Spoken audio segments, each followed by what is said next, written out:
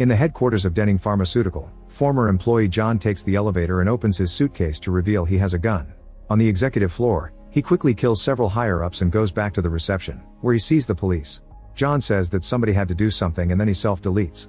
Afterward, news programs explain that Denning Pharmaceutical is releasing a new medicine, which is getting FDA approval even though is causing fatal side effects that have already killed 3 people.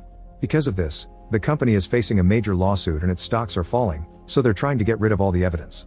An important layer called Alan decides to take the case against the company, which will greatly affect his career. He assigns legal assistant Tom to take care of the paperwork, and on Monday he must update his keycard before entering the office because they get reset every weekend. Since John was their key witness and they lost him, Tom tells Alan he wants to add heart attack victims to the pharmaceutical case, but Alan forbids him from doing so because minor victims don't make money. Then Tom is called to the office of another boss to discuss the Gambizi crime family case. Tom sent a memo because he wants to join that case, but his boss destroys it and scolds Tom for not paying more attention to the cases he already has. Afterward, Tom goes to the file room to put away the file Alan turned down. His girlfriend and co-worker Anna visits him so they can share a few secret kisses. A few hours later, Alan announces that since the servers have been down since last night, everyone can go home. Before Tom can leave, Alan tells him that he made a dangerous mistake with the memo he wrote earlier, so he fires him for it. In the elevator, Tom is joined by a man he never saw before. When they make it to the reception, the man leaves a suitcase on the floor and another guy picks it up before taking the elevator too, which Tom finds suspicious. After checking what floor the man went to, Tom tries to follow him, but his keycard has already been reset. He tries to leave but he sees the stranger waiting for something outside and gets worried, so he asks the guard to activate the elevator for him. Once he makes it to the office, Tom looks around and discovers his coworker Roger is at Tom's desk for some reason, so he asks his friend to open the door for him. Roger behaves strangely and Tom notices the file he put away on the desk. Getting more suspicious, he makes his phone start recording and hides it in a pencil holder. Afterward he keeps looking around and discovers the mysterious guy messing with the power box. One of the lawyers approaches the man to ask for an ID, not believing him when he says he's maintenance. When the lawyer tries to make a call to confirm his presence, the man takes out a gun and kills her. While the killer takes the body away to hide it, Tom rushes to the bathroom and opens a stall to discover the body of the security guard. When he checks on him, the toilet sensor activates the flushing, so Tom closes the door and climbs on the toilet to hide. Soon the killer comes in and washes the blood off his face while talking to the body, mentioning he'll need the keys. Tom manages to move into the other stall by sneaking under the wall right before the killer takes the keys, gun, and radio from the body. Trying to hide, Tom climbs on this toilet and almost activates the flushing again, but thankfully the killer activates his toilet first and doesn't hear Tom. Then the killer destroys the radio and leaves to shut off the fire sprinkler before going into the file room, where he installs some explosives. Meanwhile, Tom rushes to the break room and finds Roger, so he tells him about the killer before they rush into the elevator. Unfortunately, it isn't working, so they run down the corridor and try the emergency exit. However, the killer had already broken the bar and it can't be opened, so they're trapped. They return to the main area and try to use the reception computer, but the internet is down. Tom notices the killer is coming, so the duo hides, but the killer still sees the computer has been used and gets suspicious. After disconnecting it, he enters the desk area, revealing he also has a keycard. Once he's out of sight, the duo leaves their hiding spot to try to think of something else. Tom takes Roger's keycard and opens the door to the executive offices to find Alan, so he sends Roger to find his phone and call the police. As Tom activates the lock, he drops his jacket and it gets stuck in the door. While Tom searches for Alan, Roger makes it to his desk and uses his phone to call his wife. However, before he can tell her anything, the killer finds him and makes him say everything is fine. Tom sees all this through the window and so he runs to the break room to find a knife. After Roger hangs up, the killer takes out his gun and asks if there's anyone else working late. Roger lies and says it's just him, so the killer grabs a cable and proceeds to choke him, which is all recorded by Tom's phone. By the time Tom comes back, there's nobody at the desk. He grabs his phone and tries to call 911, but it runs out of battery. After connecting the charger, he looks around the office and finds Roger's body in his chair. At that moment the killer comes back and sees the jacket at the door, so Tom grabs Roger's keycard and quickly hides in the closet, where he's startled by the lawyer's body. Meanwhile, the killer begins dragging Roger's body while making a call on his own phone, complaining to someone because nobody was supposed to be up there. Suddenly Tom's phone gets enough charge to start ringing. The killer checks it out and after dismissing Anna's call, he discovers the video of his murder. He immediately deletes it and looks at the settings to find Tom's name and picture.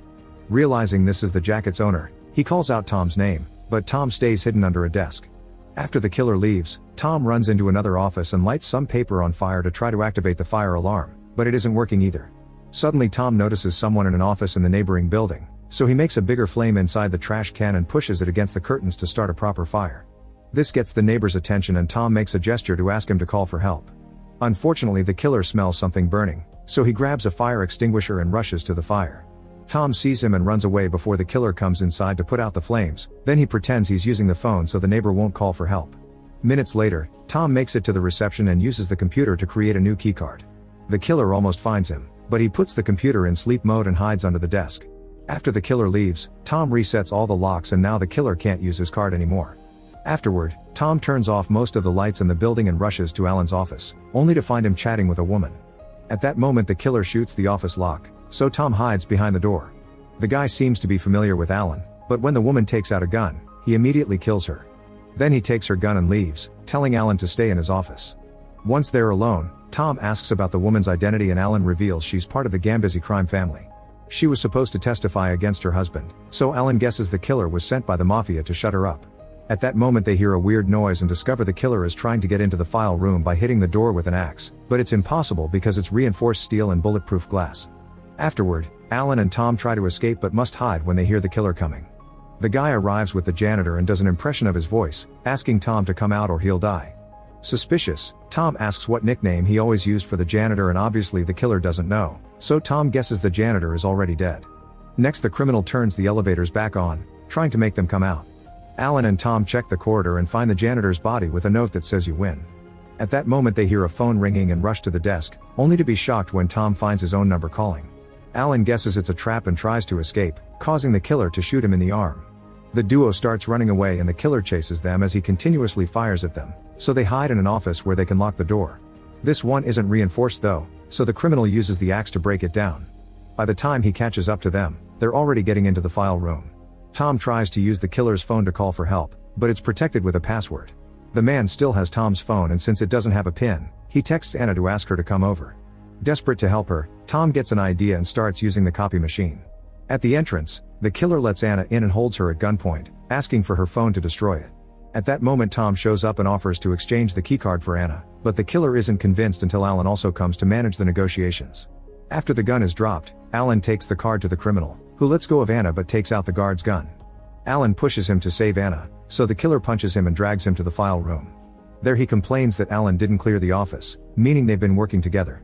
After the killer activates the explosives, Tom shows up with the gun, only to discover the criminal has all the bullets. Alan uses the chance to run and the door closes, leaving the killer locked in the file room. He tries to get out with the keycard but it doesn't work because Tom gave him a fake one he made with the copy machine. Suddenly the explosive goes off and starts a fire on the file shelves. The killer tries to put it out to no avail and passes out because of the smoke. Then Tom comes inside and after throwing the gun away, he puts the fire out by pushing the shelves and making them fall. Suddenly the killer wakes up and attacks Tom, so a fight ensues. The man quickly overpowers Tom and Anna cuts in to help, but she only gets punched.